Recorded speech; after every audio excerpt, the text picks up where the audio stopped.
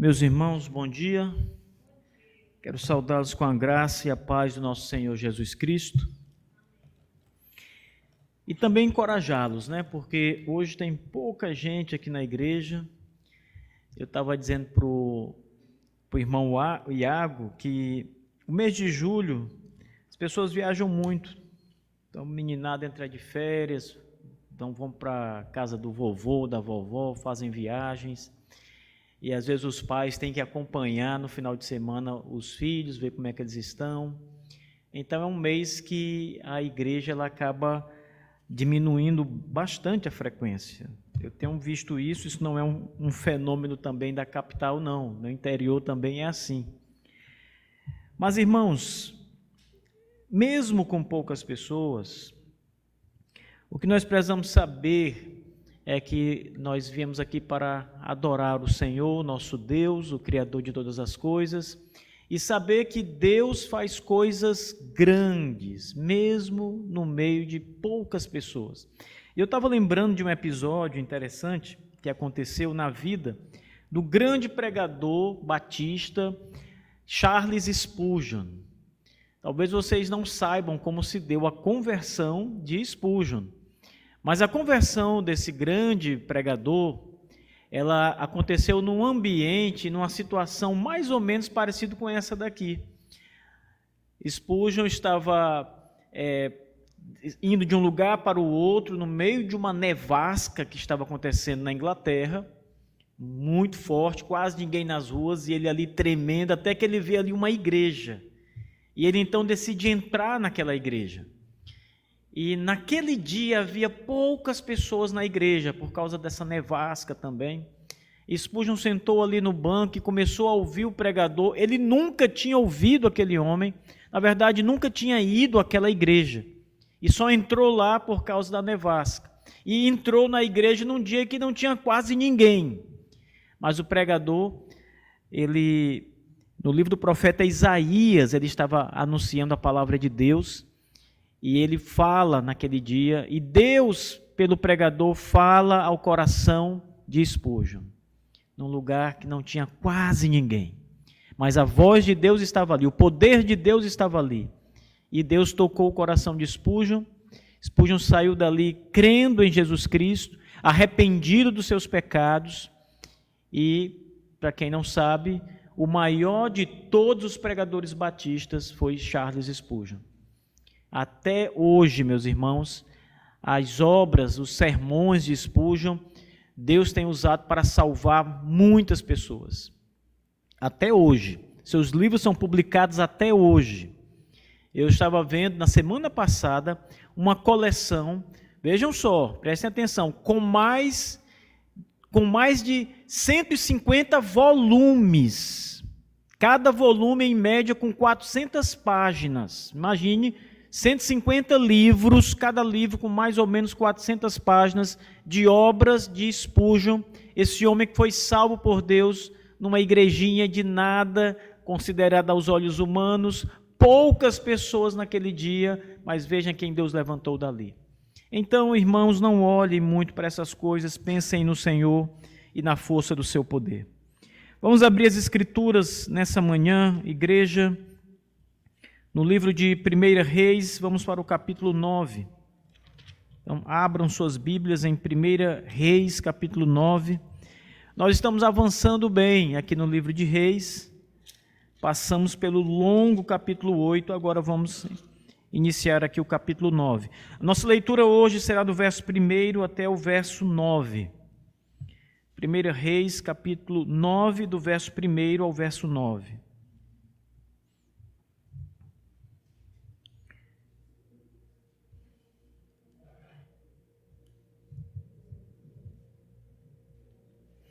Diz assim a Bíblia, irmãos, ouçam com muita atenção. Sucedeu, pois, que tendo acabado Salomão de edificar a casa do Senhor e a casa do rei, e tudo o que tinha desejado e designara a fazer, o Senhor tornou a aparecer-lhe, como lhe tinha aparecido em Gibeão. E o Senhor lhe disse: ouvi a tua oração e a tua súplica que fizeste perante mim. Santifiquei a casa que edificaste, a fim de pôr ali o meu nome para sempre. Os meus olhos e o meu coração estarão ali todos os dias. Se andares perante mim, como andou Davi teu pai, com integridade de coração e com sinceridade, para fazer de segundo tudo o que te mandei, e guardardes os meus estatutos e os meus juízos, então confirmarei o trono do teu reino sobre Israel para sempre. Como falei acerca de Davi, teu pai, dizendo, não te faltará sucessor sobre o trono de Israel.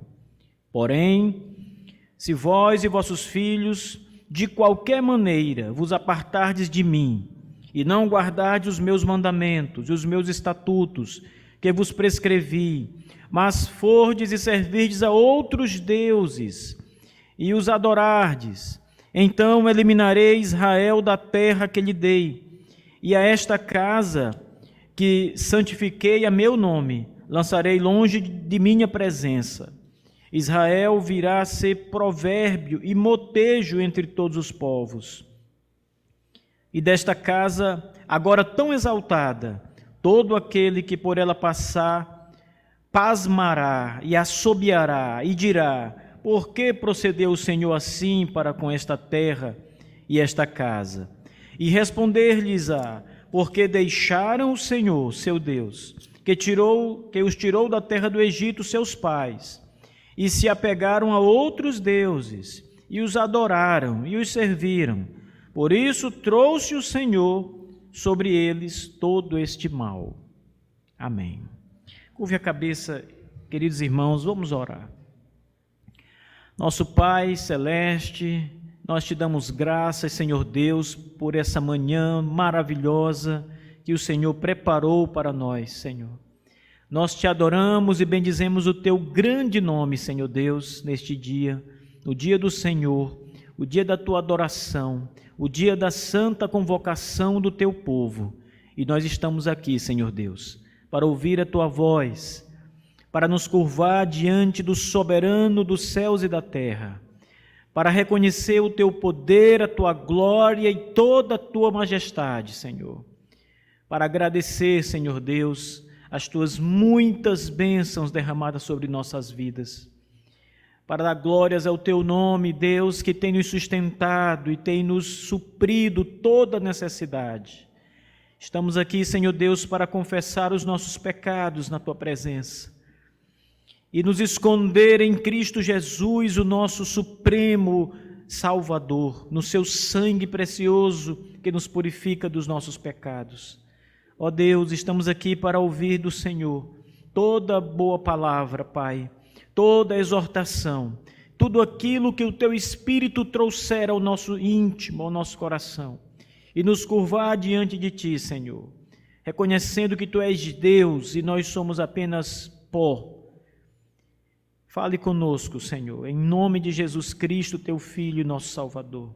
Fale ao nosso coração, à mente, aos ouvidos, mas especialmente ao nosso coração e nossa alma, Senhor. Em nome de Jesus. Amém. Então, amados irmãos, essa passagem, ela é uma passagem muito importante do livro de Reis, porque ela recorta algumas coisas que nós não podemos perder de vista aqui. Primeiro, nós temos um lembrete histórico nos primeiros versículos daquilo que já havia acontecido no passado e Deus agora tornara a fazer de novo. Ele aparece a Salomão como já havia aparecido outrora. O texto exatamente começa dizendo: sucedeu, pois, que, tendo acabado Salomão de edificar a casa do Senhor, a casa do rei, e tudo o que tinha desejado e designara fazer, o Senhor tornou a aparecer-lhe como lhe tinha aparecido em Gibeão.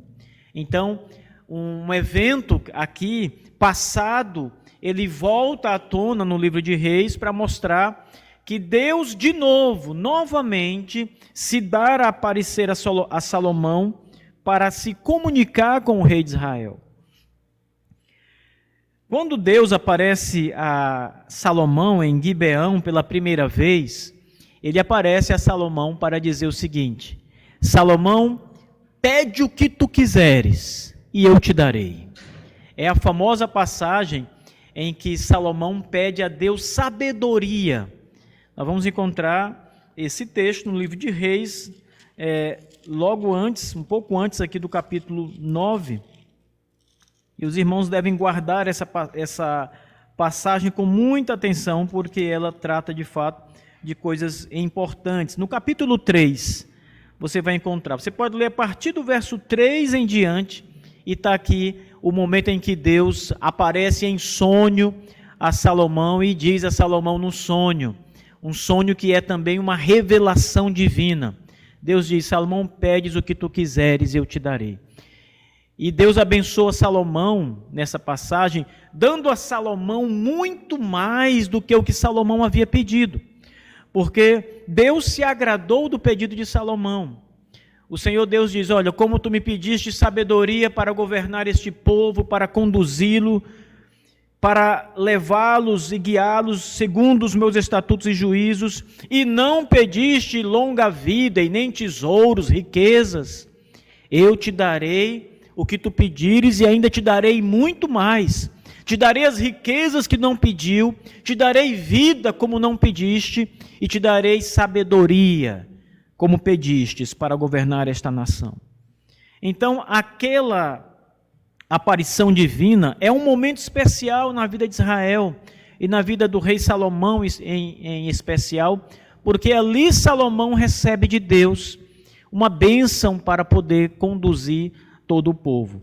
Agora, já passado do capítulo 3 até o capítulo 9, muitas coisas, inclusive a construção da casa de Deus e a construção do próprio palácio do rei Salomão, Deus novamente aparece a ele, novamente para prometer bênção a Salomão. Mas essas bênçãos eram agora condicionais. Elas tinham uma condição: se fizeres isso, eu te darei isso. Se andares na minha presença, se guardares os meus estatutos, se fores fiel, tu e o teu povo, eu te darei isso, farei isso. Deus começa a dizer todas as bênçãos que daria a este povo. Mas diz também que se eles se desviarem de qualquer forma de Deus, dos seus caminhos e estatutos, Deus trará sobre eles maldição. Então nós temos aqui um princípio pactual envolvido. O princípio de que faça isso e receba isso, mas se não fizeres como eu mando, eu te amaldiçoarei desta forma. Então nós temos aqui um princípio de aliança no capítulo 9 da passagem. Mas tem um outro detalhe importante, apenas para nos situar historicamente no contexto da passagem, irmãos. É que Deus aparece a Salomão depois que ele havia terminado de construir a casa do Senhor e depois que ele havia também terminado de construir o seu palácio. Note, o verso 1 diz o seguinte: sucedeu, pois, que tendo acabado Salomão de edificar a casa do Senhor e a casa do rei, a própria casa de Salomão, seus palácios, tudo aquilo que ele havia designado que faria em Israel, as construções, é somente depois de tudo isso terminado que Deus aparece para fazer essa aliança, esse princípio de aliança com Salomão e mostrar os termos dessa aliança. Mas isso acontece, irmãos, 14 anos aproximadamente depois que o palácio de Deus havia sido construído e terminado. Então nós temos aqui um salto muito grande de tempo que nós nem percebemos a princípio. Mas veja, Deus aparece a Salomão depois, 14 anos depois, que Salomão havia terminado a casa do Senhor. O capítulo 8 é a cerimônia final de encerramento das obras da casa de Deus. E o capítulo 9 aparece 14 anos depois, pelo menos a seleção do autor do livro de Reis nos mostra isso. Ele aparece apenas depois que a obra da casa de Salomão, dos palácios de Salomão, são acabadas. E essas obras, elas só são acabadas 14 anos depois que o palácio de Deus é inaugurado. Então nós temos aqui um grande tempo. Depois da casa de Deus construída, passou-se ainda 14 anos. Depois daquela grande oração do capítulo 8 de Salomão, onde ele diz: Senhor, quando o teu povo pecar contra ti, se voltar nesta casa diante de ti, e suplicar e se arrepender, Deus ouça dos céus, perdoe o pecado do seu povo, abençoe o seu povo. Então, o texto do capítulo 8, naquela grande oração, ele tem várias vezes orações neste mesmo sentido, nestes mesmos termos em que Deus clama. E somente 14 anos depois, Deus diz: eu ouvi tua oração. Eu tenho ouvido o teu clamor naquele dia. Eu abençoei a casa que tu preparou naquele dia. Veja, a resposta vem tardiamente, irmãos. E eu acho que a primeira coisa que nós devemos pensar nessa passagem aqui é essa. Deus responde às nossas orações, irmãos. Deus sempre responde às nossas orações. Você nunca ficará sem uma resposta de Deus. Não importa o que você coloque diante do Senhor. Mas tem algumas coisas que nós precisamos observar aqui. Primeiro, é que Deus responde a seu tempo. Talvez você ore hoje e queira logo a resposta imediatamente. Ou você diga: Senhor, até a noite fala comigo. Até hoje à noite me diz o que eu te pedi, o que eu coloquei diante de ti. A súplica. Até a noite me dá uma resposta, Senhor. E essa resposta às vezes não vem, irmãos, no tempo que você espera. E por isso, você acha que Deus não te respondeu. Você acha que Deus não fala contigo. Você acha que Deus, ele não se importa com as suas súplicas, então ele não diz nada, ele está com o rosto virado, ele não vai dizer nada. Esse é o primeiro pensamento. Eu orei, eu tenho colocado isso diante de Deus, eu tenho suplicado ao Senhor por estas coisas que me faltam, que me afligem, que estão agora mesmo como um obstáculo na minha vida, mas Deus tem me respondido com silêncio. Isto é, Ele não tem respondido às minhas orações. É porque você às vezes é apressado. É porque às vezes você quer que Deus responda ao seu tempo e não ao tempo de Deus. Você quer manobrar Deus. Você acha que Deus é como o gênio da lâmpada, que você esfrega aquela lâmpada, o gênio aparece e diz: estou às suas ordens. O que deseja, mestre? Mas é o contrário, irmãos. Deus não é esse gênio da lâmpada de Aladim. Deus é o Deus soberano dos céus e da terra, que tem todo o poder nas mãos e que responde como quer, quando quer. Esse é o primeiro ponto que devemos observar neste fato histórico que está aqui nos versos 1 e 2. Mas ainda duas coisas importantes, ainda acerca da oração do rei, e ainda sobre as nossas dúvidas. É que, como eu disse, Deus sempre responde às orações. Às vezes vai demorar, mas às vezes vai ser rápido. Mas Ele sempre responde às orações. E a resposta de Deus, às vezes, é como você espera. Então você suplica algo a Deus, e ainda que demore, a resposta vem como você esperava. Então você pede uma bênção, você pede a Deus que livre os obstáculos do seu caminho, você pede a Deus que te abençoe numa determinada situação, e Deus faz isso. Exatamente como você esperava, Deus faz. Então é uma resposta positiva do Senhor.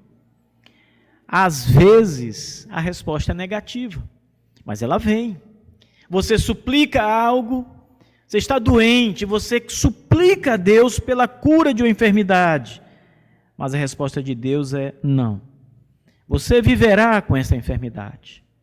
Como Paulo, se de fato aquela passagem trata de uma enfermidade, Deus disse: a minha graça te basta, Paulo. Então eu não vou te curar da doença, mas eu derramarei graça para que você viva com essa doença. Então, às vezes, a resposta de Deus vem cedo ou tarde, e ela pode ser positiva ou negativa, conforme a sua súplica. Mas Deus sempre responde. E sabe, irmãos, eu acho que uma das maiores lições que nós temos diante das respostas divinas às nossas orações é que elas significam algumas coisas que nós não podemos esquecer. A primeira delas é a confiança. Confie no Senhor. Deus está demorando, Deus não me responde. Espere, confie no Senhor. Às vezes a demora é para provar você. Às vezes Deus demora tanto falar contigo, porque Ele quer provar a sua fé. Ele quer provar o quanto você espera por Ele. Ele quer provar a sua paciência. Deus tem os seus próprios propósitos. E às vezes, quando essa oração é negativa, poxa, eu esperei tanto e a resposta ainda é esta. Ainda é algo que eu não quero, que eu não gostaria. Deus, além de demorar, me dá um não como resposta. Isso também, às vezes, é para nos provar, irmãos. É para que você confie no Senhor em toda e qualquer situação, mesmo quando a resposta é negativa. 14 anos depois, Deus responde à oração de Salomão na inauguração do templo. Antes de sair daqui, deixa eu só dar mais uma informação a vocês. Alguns teólogos acham o seguinte, que essa oração, devido ao contexto imediato, isto é, devido a ela aparecer logo após o capítulo 8, onde o templo é inaugurado, então alguns dizem, não, Deus falou a Salomão naqueles dias, logo depois. Ele não falou 14 anos depois, ele falou naqueles dias, numa ocasião muito próxima, quando Salomão havia orado no capítulo 8. Acontece que nós devemos entender essa passagem, eles dizem, e podem estar certos, nós devemos entender essa passagem pensando o seguinte, que enquanto as obras da casa de Salomão, dos palácios do rei Salomão eram edificadas, Deus falou com ele. E a ideia aqui seria mais ou menos a seguinte, Salomão construiu seus palácios, mas não os concluiu. E enquanto os palácios estavam ali feitos, ele ainda fazia detalhes da construção. Então, é como alguém que já tem uma casa, mas você está reformando a casa, você já mora na casa, mas está ali ajeitando uma parede, mudando uma porta de lugar, fazendo alguma coisa assim. E eles dizem, foi nesse contexto que Deus falou com Salomão. Não foi 14 anos depois. Eu creio que tenha sido, de fato, 14 anos depois, porque o texto diz aqui claramente que ele havia já terminado a obra do Palácio Real, e essa obra só terminou 14 anos depois. Mas, de fato, se foi logo ali, ou se foi 14 anos depois, isso não importa muito. O que importa é que Deus falou. Esse é o fato importante. Deus falou a Salomão nessa ocasião. E o que Deus falou nessa ocasião ao rei Salomão, meus irmãos? O Senhor diz, verso 3, ouvi a tua oração, a tua súplica que fizeste perante mim. Esse é o primeiro ponto. Segundo, santifiquei a casa que edificaste, a fim de pôr ali o meu nome para sempre. Segundo ponto. Terceiro, os meus olhos e o meu coração estarão ali todos os dias. Terceiro ponto. Vamos observar essas 3 palavras que o Senhor Deus diz a Salomão nessa resposta, seja ela tardia ou nem tanto assim. A primeira é que o Senhor diz que escutou a oração e a súplica que Salomão havia feito. Essa oração de Salomão, irmãos, ela foi uma oração suplicando a Deus a bênção, a proteção. Ele pede a Deus que fique ali com eles, que habite na casa que ele havia construído, o palácio. Então, é uma oração que pede a presença de Deus e o seu poder no meio deles. É como alguém que ora e diz o seguinte: olha, vem para cá, fica conosco e nos protege. O Senhor é o nosso defensor, é o Todo-Poderoso. Que a tua presença esteja no nosso meio e que o Senhor, estando no nosso meio, nos livre dos nossos inimigos, nos proteja das doenças, nos guarde. Essa foi a oração de Salomão. E Deus diz: eu ouvi a tua oração. A oração e a súplica que você fez diante de mim. Esse é um ponto que nós precisamos ver a graça de Deus. Um Deus gracioso, que está atento, que escuta a oração. E essa palavra, irmãos, escutar, ela não deve ter o mesmo entendimento que nós trazemos para ela no português, de alguém que apenas está ouvindo ruídos, sons. Vocês podem estar falando e eu estou aqui escutando. Mas aqui a ideia não é essa, a ideia é mais do que escutar neste sentido mais geral.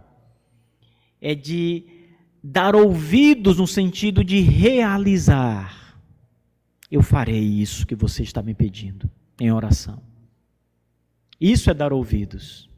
É prestar atenção naquela palavra e fazê-la cumprir, fazê-la acontecer. E o primeiro ponto aqui é que Deus está dizendo que fará isso que Salomão está suplicando. Eu serei gracioso, Salomão, com vocês. Eu estarei no meio de vocês. Eu abençoarei este povo, você, o rei e todo este povo. Em segundo lugar, vem a santificação da casa. Aquela grande casa que o rei havia construído, Deus está dizendo: eu separei esta casa no meio de Israel e a santifiquei. A palavra santificar é exatamente separar, é dar àquele lugar em específico uma utilidade separada do uso comum. Ali era a casa de Deus. Era o lugar, lá no texto de Crônicas, que também apresenta esse mesmo relato, ele é um pouco maior, mas em Crônicas Deus diz a Salomão, nessa mesma ocasião, que ele separou aquela casa para ser a casa da expiação, a casa onde os holocaustos seriam queimados para Deus. Por isso a casa de adoração, a casa do perdão dos pecados. E Deus diz: realmente eu separei esta casa para este fim, Salomão. Ou seja, Deus está dizendo que está recebendo a casa e vai dar uso a esta casa conforme o que se havia pensado acerca dela. Eu santifiquei a casa que edificaste, a fim de pôr ali o meu nome para sempre. E em terceiro lugar, Deus diz: os meus olhos e o meu coração estarão ali todos os dias. Isso significa, em outras palavras, a presença do Senhor no meio de Israel, na casa dele, no meio do seu povo, todos os dias. Os olhos de Deus significam a sua vigilância, significam a sua atenção sobre Israel, significa que ele vê todas as coisas, significa a presença dele ali. Ninguém pode fazer nada escondido dele. E o coração dele significa que ele estava ali para socorrer Israel, para abençoar Israel, para ser um com Israel, o seu povo. Percebam que o verso 3 é um verso muito gracioso. É a resposta de Deus a Salomão. Então nós temos que olhar para essa passagem, irmãos, e ver muita graça nela. Porque Deus está dizendo: eu estarei aqui, eu abençoei a casa que você santificou. Eu santifiquei a casa que você preparou. O meu coração e os meus olhos estarão aqui com vocês. Note que Deus está dizendo que estará com eles. Então é muita graça. Por isso que, quando nós fazemos a conexão com os versos anteriores aqui, especialmente o verso 1 e o verso 2, especialmente o verso 2, o texto diz que ele aparece a Salomão da mesma forma que havia aparecido lá em Gibeão anteriormente. O Senhor tornou a aparecer-lhe como lhe tinha aparecido em Gibeão. Nós temos que olhar aqui duas coisas também. Ele apareceu da mesma forma porque ele apareceu em sonho. Então, Deus aparece em Gibeão em sonho a primeira vez, e agora de novo, Deus aparece em sonho a Salomão. Mas em segundo lugar, Deus aparece em Gibeão na primeira vez para abençoar Salomão. E na segunda vez também. Deus aparece como um Deus que veio e diz: eu estou pronto a abençoá-los. Eu estou aqui para cuidar de vocês, para conduzi-los, para ser o seu Deus. E isso é muita graça, irmãos. Você já parou para pensar na sua própria vida, na sua vivência, o quão Deus, Ele tem sido gracioso na sua vida? Eu não estou falando aqui na vida da igreja, da instituição. Deus tem abençoado muito a igreja enquanto instituição. Eu estou falando aqui de modo muito mais pessoal. Como Deus tem abençoado a sua vida por meio de Jesus Cristo. Como você, nas suas peculiaridades, cada um tem as suas próprias coisas, a sua própria vida, os seus próprios caminhos. E como Deus em Cristo tem abençoado os seus caminhos. Ele tem abençoado sua vida, seus projetos. Deus está prometendo a Salomão que faria exatamente isso. A Israel, povo da sua aliança. Ele abençoaria e guardaria e protegeria, estaria no meio daquele povo todo o tempo. Se esse não fosse um compromisso divino, condicional, nós teríamos que entender que essa é uma palavra que vai para além do escopo de Israel enquanto nação.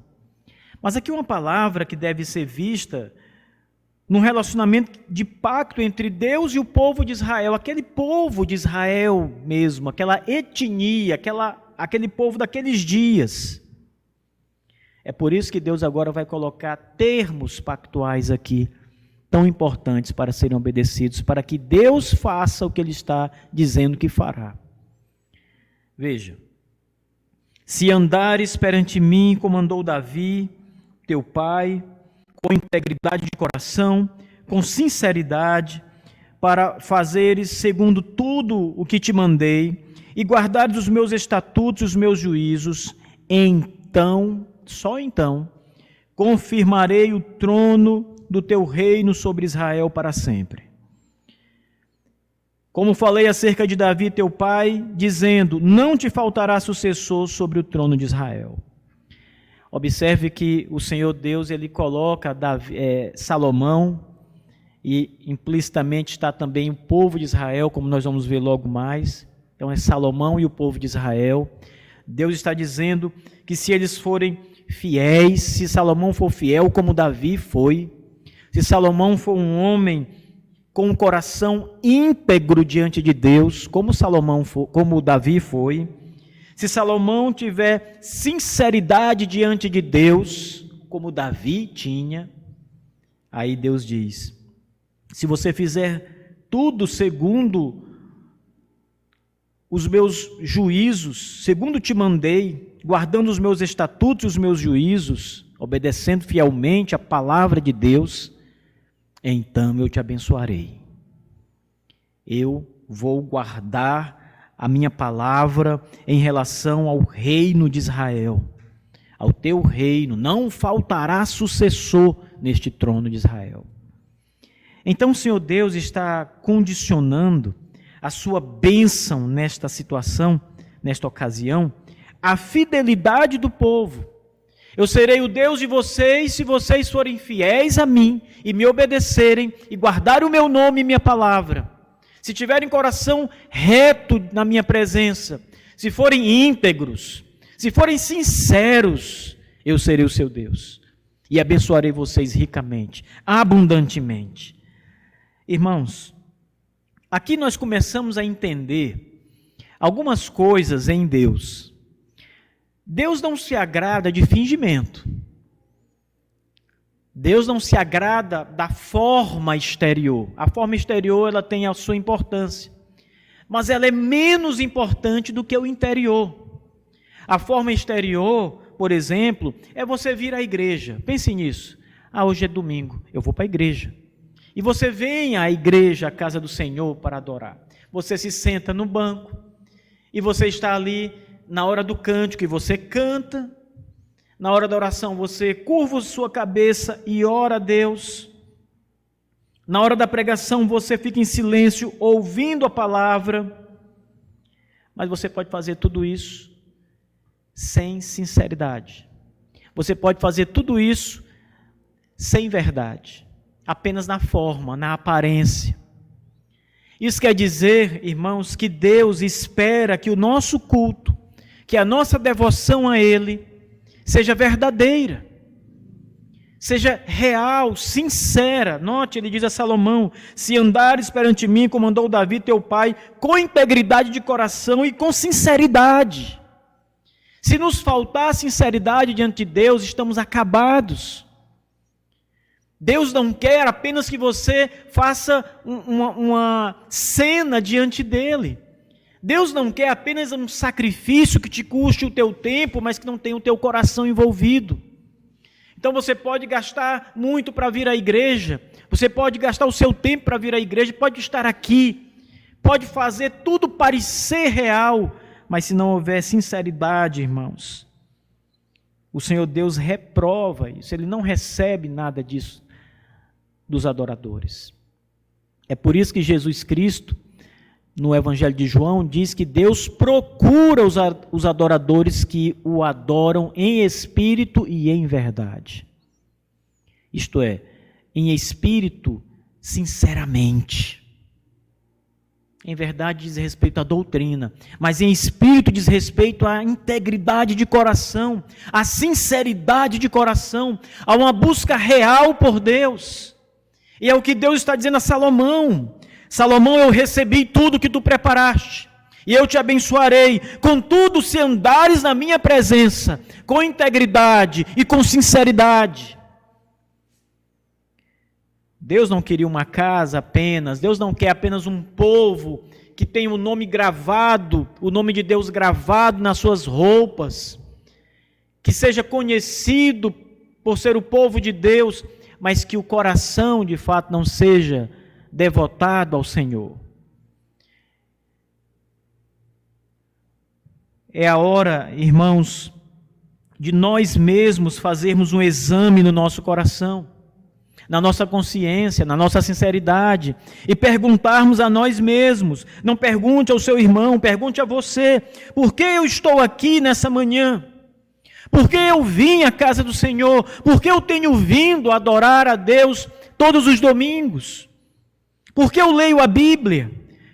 Quando eu me curvo diante de Deus e elevo os meus pensamentos, a minha oração é sincera ou é apenas algo formal?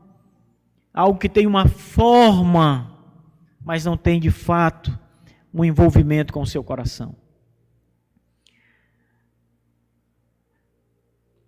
Uma vez uma pessoa conversando comigo sobre a igreja reformada. Ela estava falando sobre a igreja reformada, por um lado, e a igreja pentecostal, por outro lado. E o assunto, na verdade, era emoção real e frieza. E a argumentação era mais ou menos assim: a igreja reformada tem uma boa doutrina, mas é fria, é uma igreja insensível. E a ideia era assim: na forma está tudo ok, aparentemente é uma igreja perfeita, mas falta emoção, falta coração, falta envolvimento espiritual real. Tem uma liturgia correta, tem um comportamento correto, e tem uma doutrina que é pregada de forma correta, mas não tem um coração correto. Era esse o argumento. Por outro lado, dizia: a igreja pentecostal, os crentes, eles oram com o coração envolvido, eles choram na presença de Deus, eles buscam a Deus com toda a sua força, com todo o seu coração, Eles envolvem-se com o Senhor de verdade, mas a forma é toda errada. Não há liturgia, não há aparência correta, havia só coração. E a ideia era, precisamos tomar o coração, a verdadeira emoção, a sinceridade e unir a verdade, não é? Unir a doutrina correta, o entendimento correto, com um coração correto. Irmãos, isso é exatamente o que Jesus disse no Evangelho de João. Adorar em espírito, em coração correto e em verdade. Então, se nós estamos aqui em verdade, uma boa doutrina, mas o nosso coração está incorreto diante de Deus, é apenas uma máscara, a nossa adoração não é recebida. E se nós, por outro lado, somos meros emocionalistas baratos, homens que não podem abrir a boca que as lágrimas escorrem, que choram, que caem no chão em desespero por causa dos pecados, mas isso é só emoção sem verdade, também não vai nos servir. O que Deus está dizendo aqui, Salomão, ele deveria ser íntegro, e aqui diz respeito a uma vida moral, santa diante de Deus, e sincera diante de Deus. Um coração envolvido com o Senhor, que ame o Senhor, que deseje o Senhor. O salmista muitas vezes vai dizer que nosso coração deve desejar o Senhor como a terra seca deseja água, como a corça que está ali voando sobre o seu, não mais o deserto, mas agora o deserto florido. Assim deve ser o nosso coração em relação a Deus, irmãos. E é isso que o Senhor diz a Salomão: se fores assim, eu te abençoarei, abençoarei todo esse povo. Se obedecer a minha palavra, os meus juízos, guardares os meus estatutos, a verdade, eu abençoarei esse povo. Se o teu coração estiver diante da minha presença de verdade, eu abençoarei este povo. Eu confirmarei o trono de Israel para sempre. Verso 6. Mas, porém, e aqui vem a exortação divina. E antes de entrar nesse detalhe, eu disse a vocês que devemos entender a aparição de Deus aqui em Gibeão, nesta segunda vez, exatamente como a primeira, com graça. Deus foi muito amoroso e gracioso com Salomão a primeira vez, mas aqui também. Mas quando nós olhamos para o verso 6 em diante, parece que agora vem uma mão pesada do Senhor, não tem mais graça de Deus, agora é juízo. Mas não, irmãos, aqui também tem graça, porque é uma advertência graciosa de Deus para não pecarmos, para não o abandonarmos, para não o deixarmos. O Senhor não está agindo aqui como uma pessoa que está desejosa de trazer a sua punição. Ele está dizendo: não façam isso, porque se vocês fizerem isso, veja o que cairá sobre vocês. Virá juízo sobre vocês. Por isso eu vos exorto antecipadamente. Por isso eu vos digo o que não fazer.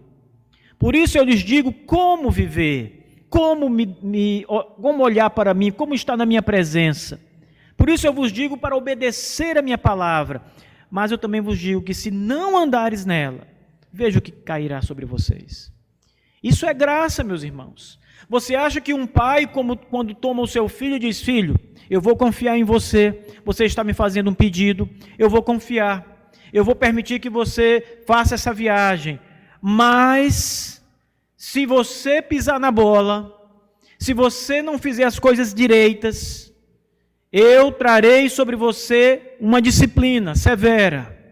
Você acha que o pai está sendo mau com o filho, quando ele antecipadamente recomenda ao filho e exorta ao filho? Ele está sendo gracioso, meus irmãos. Ele está alertando o filho que se ele andar em caminhos errados, ele sofrerá uma disciplina, mas se ele andar nos caminhos certos, ele será abençoado. Deus é o nosso Pai, Deus está dizendo isso a Israel, aquela nação que ele libertou do Egito. É graça, veja. Porém, se vós e os vossos filhos, de qualquer maneira, seja como for, se vocês se apartarem de mim, se vocês não guardarem os meus mandamentos e os meus estatutos que vos prescrevi, mas se fordes e servirdes a outros deuses e os adorardes, então eliminarei Israel da terra que lhe dei, e esta casa que santifiquei a meu nome, lançarei longe da minha presença. E Israel virá a ser provérbio e motejo entre todos os povos. E desta casa agora tão exaltada, todo aquele que por ela passar, pasmará e assobiará e dirá: por que procedeu o Senhor assim para com esta terra e com esta casa? Vou deixar o verso 9 para mais tarde. Mas veja, note que o Senhor está dizendo: não me abandonem, guardem os meus estatutos e juízos, não sirvam a outros deuses, não se apartem da minha presença. O Senhor está sendo amoroso em alertar Israel a não abandoná-lo. Esse contexto, irmãos, essa palavra de Deus, neste contexto, ela é muito importante para Israel, porque eles estavam cercados de povos politeístas, que havia adoração a muitos deuses. Talvez você diga: pastor, a maior religião do nosso país é o cristianismo. Em todo lugar tem uma igreja evangélica, tem igrejas católicas que também falam de Jesus, leem a Bíblia. Então o contexto cristão aqui é muito grande. Exatamente. É exatamente o contrário de Israel, quando Deus faz esse alerta. Só havia eles que adoravam a Deus, o Deus verdadeiro, em toda a terra. E toda a terra estava corrompida com idolatria, com falsos deuses, com estátuas. Toda a terra estava ali como se ofertando a Israel seus deuses, suas divindades. Por isso o alerta de Deus é importante, irmãos. Por isso Deus diz: nunca se apartem de mim. Porque Deus está dizendo: vocês terão ali muitas ofertas. Vocês terão ali, aonde vocês olharem, vocês verão deuses estranhos. Ídolos das nações. Nunca se apartem de mim para buscar ídolos, para a idolatria. De qualquer maneira que seja, o coração de vocês deve estar comigo. Porque se apartarem de mim e não guardarem a minha palavra, se fordes e servirdes outros deuses e os adorardes, eu eliminarei vocês. Aqui vem o juízo de Deus, irmãos. Eu creio que o verso 6 tem uma grande lição para a nossa reflexão nessa manhã. Num termo que aparece aqui na passagem.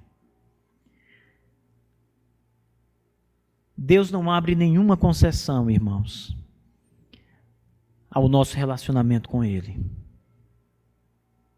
Vocês já devem ter ouvido falar, os mais velhos talvez já tenham até assistido o filme, muito famoso no cenário brasileiro, Dona Flor e os seus 2 maridos. É a história de uma mulher que tinha 2 maridos. Deus não abre concessão assim. O nosso relacionamento precisa ser integralmente entre nós e o nosso Deus. Por isso o verso 6, ele diz: porém, se vós e os vossos filhos de qualquer maneira se apartarem de mim. Mas como podemos nos apartar de Deus de qualquer maneira? Existem várias maneiras de se apartar de Deus? É o que Deus está dizendo? Sim. Israel tinha sua casa de adoração, o seu sistema sacrificial, os seus sacerdotes, mas eles podiam fazer aquilo, como eu disse, na aparência, e ao mesmo tempo o coração deles está em outro Deus, em outras coisas. Eles podiam adorar o Deus de Israel e outros deuses. Eles poderiam ser politeístas. Na verdade, Israel por muito tempo foi politeísta. Eles reconheciam que Deus era o Deus Todo-Poderoso, mas havia outros deuses, outras divindades, embora Deus tivesse dito que não havia. Eles carregavam ídolos do lar e diziam: Senhor nosso Deus é o grande Deus, mas Baal faz alguma coisa. Mas esse ou aquele Deus tem o seu poder. E parecia muito com o panteão grego, em que, para os gregos, Zeus era o maioral dos deuses. Havia muitos deuses, mas Zeus era o Deus principal. E a ideia de Israel era exatamente assim, porque havia também no mundo antigo um panteão de deuses. E El era a divindade principal dentre todos os deuses do mundo antigo. E Israel começou a trocar essa divindade principal e eles começaram a dizer: Deus é o Deus principal, mas há outras divindades. Então ninguém poderia chegar para um israelita e dizer: você não adora o Deus Todo-Poderoso? Ele dizia: eu adoro o Deus Todo-Poderoso, mas eu também creio naquele e naquele outro, eu também faço preces e súplicas àqueles outros, mas eu adoro o Deus Todo-Poderoso. Essa é uma forma de você abandonar a Deus. Por isso Deus está dizendo que de nenhuma forma o nosso coração deve estar apartado do Senhor. Ele não deve ser dividido. Você, meu irmão, você pode vir à igreja, você pode adorar de verdade a Deus, com o coração realmente desejando o Senhor, mas ao mesmo tempo você pode ter outros deuses. Você pode ter outras coisas que põem no lugar de Deus às vezes. Talvez o dinheiro, você confia muito no dinheiro, você sabe no seu interior que sem a sua riqueza, sem o seu dinheiro, as coisas que você almeja nunca darão certo. Então o teu Deus é o teu dinheiro. Mesmo que você diga: eu oro todos os dias para o Deus de Israel, para o Deus Todo-Poderoso, para Cristo, mas a sua confiança na prática está aqui e não aqui. Você não nega a Deus, mas você confia mesmo em outro. E assim, de várias maneiras, você pode abandonar o Senhor. Deus diz aqui, alertando o povo: de nenhuma maneira me abandonem. Se vocês me abandonarem de qualquer maneira, mesmo de maneira pequena, eu trarei as maldições sobre vocês. Ele fala a Israel. Algumas pessoas fazem concessão com a palavra de Deus. Aqui, no nosso tempo, tem crentes que estão dispostos a dizer o seguinte: a Bíblia é a palavra de Deus, mas algumas coisas aqui eram naquele tempo. Eu não estou dizendo que ela não é inspirada e que ela não é a palavra de Deus. Eu estou dizendo que esta palavra de Deus era real e verdadeira naquele contexto, mas não se aplica mais ao nosso contexto. É assim que muita gente toma a Bíblia nas mãos. A Bíblia perde toda a autoridade sobre ela. A Bíblia não é mais Deus falando para aquela pessoa no seu dia, no seu tempo. Ela falou no passado. Ela falou para uma geração anterior, mas não para essa. Mas Deus está dizendo a Israel a mesma coisa que sempre disse e diz a nós também hoje: se vos apartardes de mim e não guardardes os meus mandamentos e os meus estatutos, que vos prescrevi. Deus está dizendo que se deixarem a palavra, Ele trará juízo, a maldição do pacto. Irmãos, não podemos nos apartar de Deus de maneira nenhuma, nem um pouquinho. Você não pode fazer concessões, você não pode ter Deus e deuses, Você não pode ter a palavra, mas só uma parte dela. Aqui eu creio, mas isso aqui não. Isso aqui é machismo daquela época. Isso aqui é coisa do passado. Não, o mundo não é mais assim.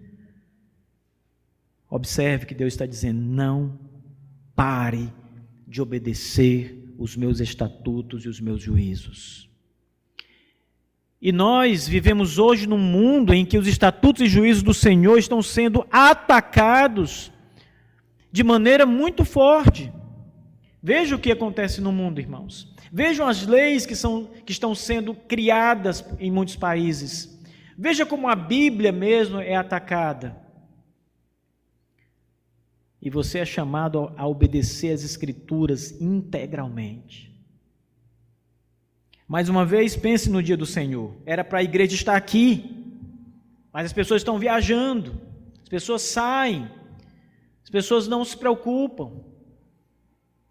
Mas era para estar aqui, na casa de Deus, adorando o Senhor. É palavra de Deus. Esse mandamento não foi flexibilizado. Esse mandamento não deixou de existir.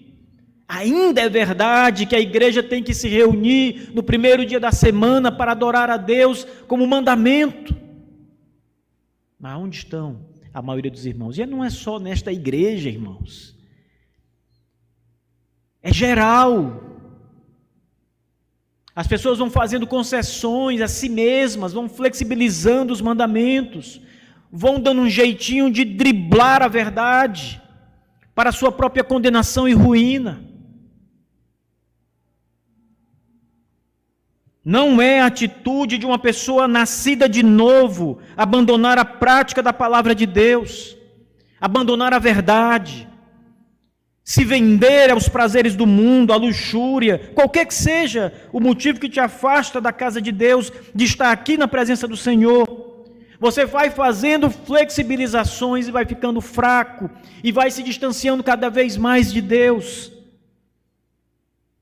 Deus sabia muito bem o caminho, o fim do caminho, de começar a abandonar a sua palavra. Israel viu isso.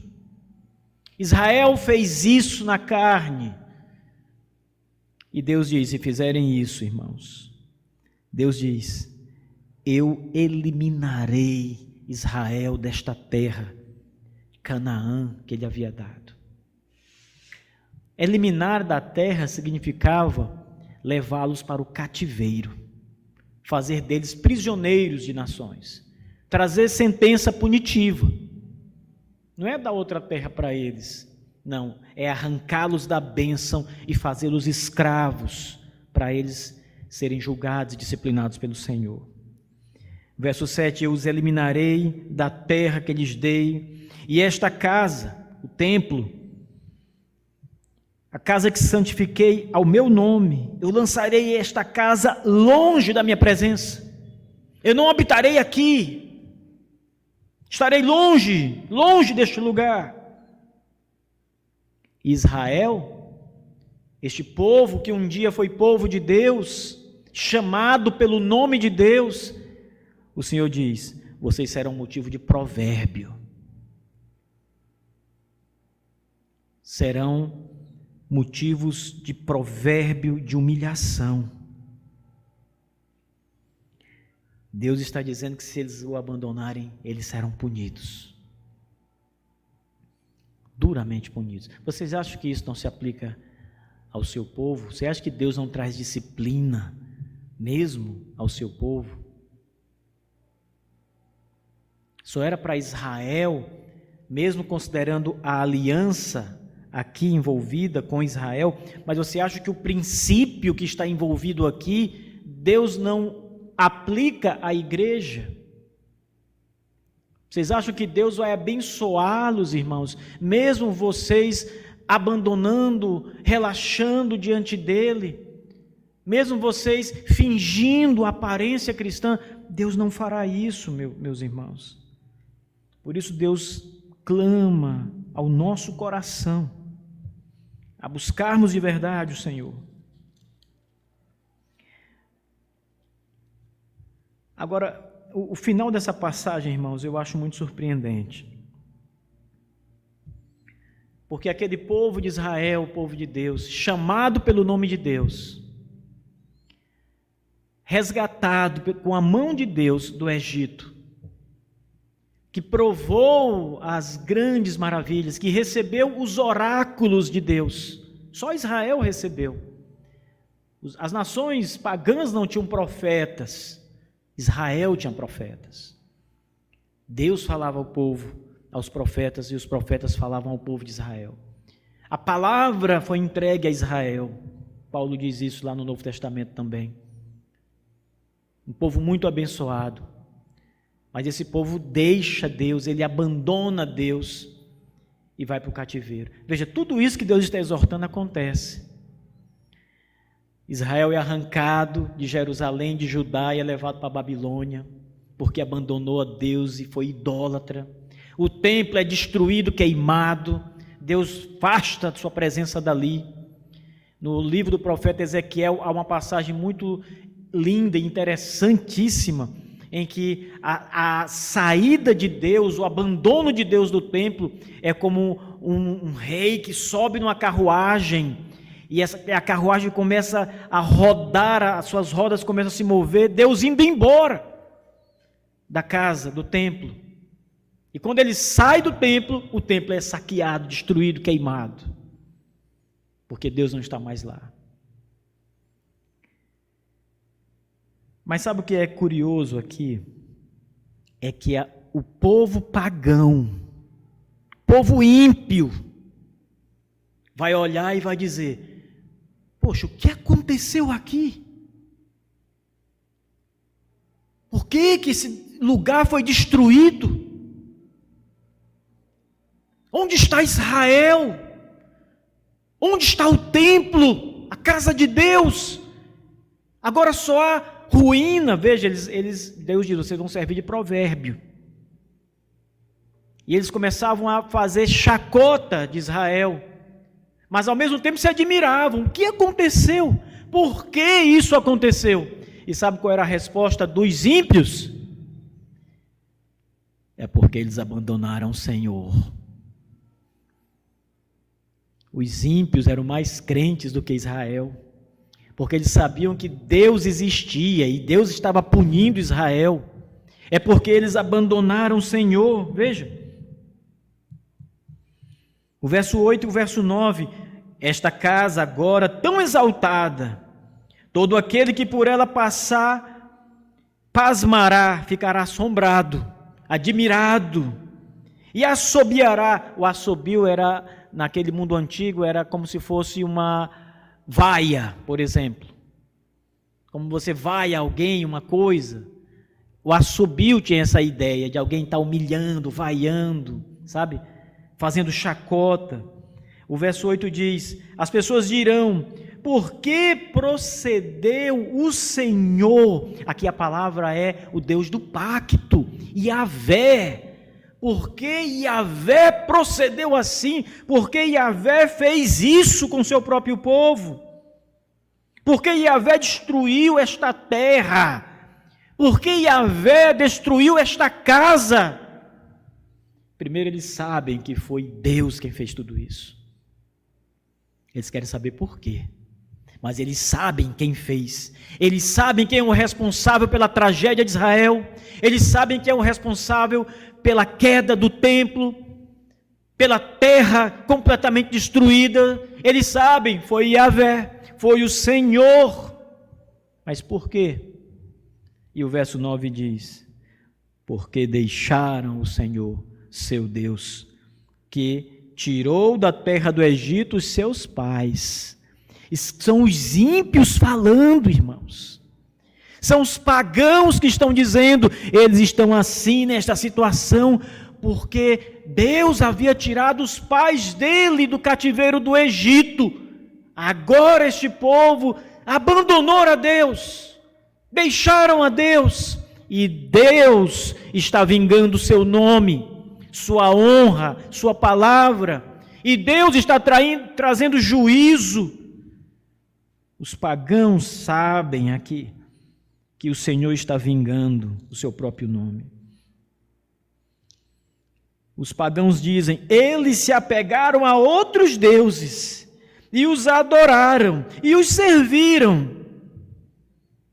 Deixaram o Senhor que os livrou, deixaram o Senhor que os sustentou o tempo todo, deixaram o Senhor que os tirou do Egito, libertando seus pais. Eles deixaram o Senhor e foram adorar outros deuses, foram servir outros deuses. E o final é: por isso, essa é a causa. Os pagãos estão dizendo: esse é o motivo, esta é a causa, porque trouxe o Senhor todo este mal, porque o abandonaram a Deus. Então não é uma palavra dura do Senhor, é uma palavra de graça, porque Ele está advertindo antes que aconteça. Ele está dizendo: não faça, não vá por esse caminho. Não me abandone. Ouça a minha palavra, porque se você fizer diferente, este mal, todo este mal, virá sobre você. Irmãos,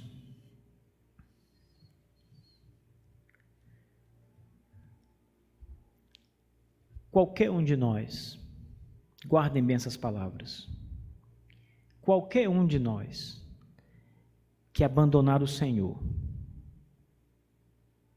e não fizer caso de Deus, pode fazer aparência, pode ter uma forma, mas qualquer um de nós que não tiver o coração diante do Senhor e não amar o Senhor de verdade e abandoná-lo, mesmo no íntimo,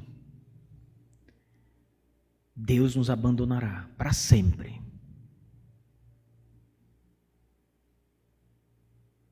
Deus nos castigará para sempre. Não porque perdemos a salvação, mas porque nunca a alcançamos. Conhecemos a Deus, ouvimos a sua palavra, Ele foi gracioso em nos permitir até estar no meio do seu povo verdadeiro, mas o fato é que o nosso coração nunca foi dele, porque nós nunca o amamos. E não pense que a forma vai salvar você. Não pense que você está na igreja, ser membro da igreja, vir à igreja, vai salvar você. Nada disso salva. Quem salva é Cristo. O nosso relacionamento com Cristo Jesus precisa ser verdadeiro se de fato somos suas ovelhas. Os bodes andam com as ovelhas. Às vezes se misturam tanto que a gente até tem dificuldade de dizer se é bode ou ovelha. Mas só as ovelhas ouvirão do nosso Senhor Jesus: vinde a mim, benditos de meu Pai. Os bodes ouvirão: apartai-vos de mim. E sabe o que os bodes dirão naquele dia? O que muitos falsos cristãos dirão naquele dia: mas Senhor, olha como chamam Cristo, Senhor. Mas Senhor, em teu nome fizemos isso. Veja, eles estavam na igreja, chamavam Cristo de Senhor e estavam dizendo: nós não somos crentes, Senhor, nós não oramos, não chamamos o teu nome, não fizemos isso e aquilo. Apartai-vos de mim, malditos.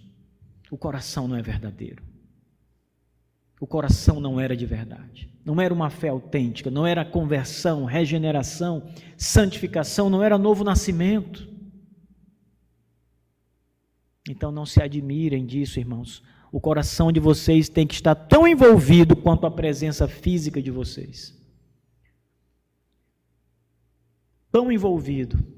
Na verdade, a presença física deve ser movida pelos intentos do coração. É o Espírito quem conduz a adoração. É o Espírito quem conduz a palavra. Se você fizer um mero ato, poxa, eu não queria ler, mas eu disse que vou ler todo dia, então vou ler. Sem nada interior envolvido, sem buscar de Deus aquilo que você está lendo, sem dizer: Senhor, abre meu coração para que eu entenda. Senhor, eu quero saber, eu quero obedecer, eu quero andar nos teus caminhos, eu quero obedecer a tua palavra. Se for só aquela leitura, estou doido que acabe. Isso não é conversão. E é a leitura da Bíblia, se você lê ela todo dia e você lê... Eu conheci um homem, de ouvir falar, ele lia 4 vezes por ano a Bíblia inteira. Cada 3 meses ele lia a Bíblia toda, capa a capa. E ele fazia isso todos os anos. Você pode fazer isso. Se o seu coração não estiver diante de Deus, essa leitura não serve para nada, irmãos. Ler a Bíblia não salva. Vocês entendem? Ler a Bíblia não salva. É Cristo quem salva. É claro que a salvação vem pelo ouvir a palavra de Deus, mas veja, o ouvir aí não é escutar naquele sentido mais genérico, é dar ouvidos de verdade, é render-se a ela. Orar não salva, a Bíblia não salva, a igreja não salva, o pastor não salva, a liturgia da igreja não salva, vir para a igreja não salva, nada disso salva. É Cristo Jesus, o seu coração tem que estar envolvido de verdade com o Senhor Jesus, com integridade. Guardem isso, meus irmãos. Amém. Vamos orar, fiquem de pé.